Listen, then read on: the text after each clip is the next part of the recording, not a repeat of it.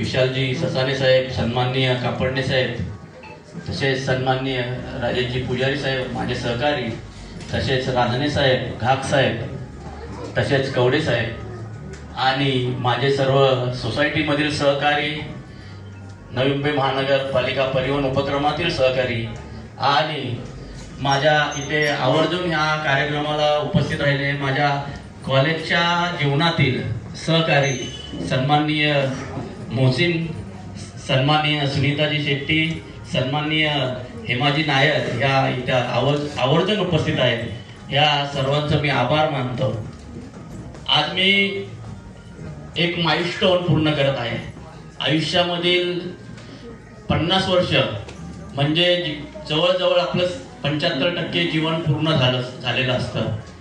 या आयुष्यामध्ये प्रत्येक टप्प्यावर आपल्याला संघर्षाचा सामना करावा लागतो।